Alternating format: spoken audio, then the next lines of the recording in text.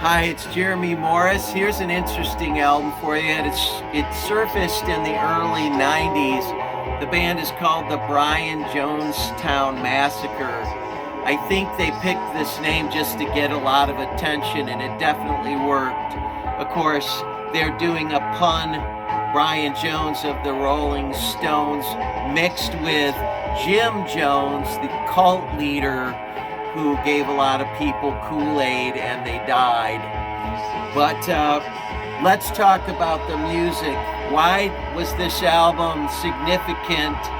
I think it's because during the 90s, they went contrary to the grunge movement, which was the popular direction, and they went retro and kind of did kind of a 60s garage psych lo-fi music approach. The difference, though, is that it still has a more modern edge to it and a lot of interesting atmosphere. It's not really easy to hear what they're saying or singing, and I think it's intentional that they did that because that was also followed by an array of shoegaze bands who would record their vocals in a much inaudible way. It's actually a musical style. And when you think about recording vocals, here's an interesting thought.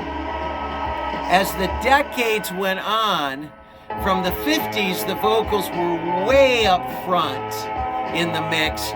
When the 60s came, the vocals backed off a little more, but still pretty much up front with a lot of vocal choral groups like Mamas and Papas.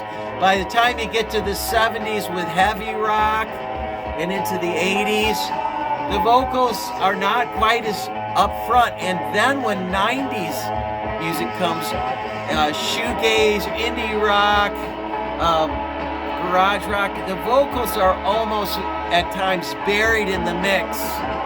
This is a stylistic trend.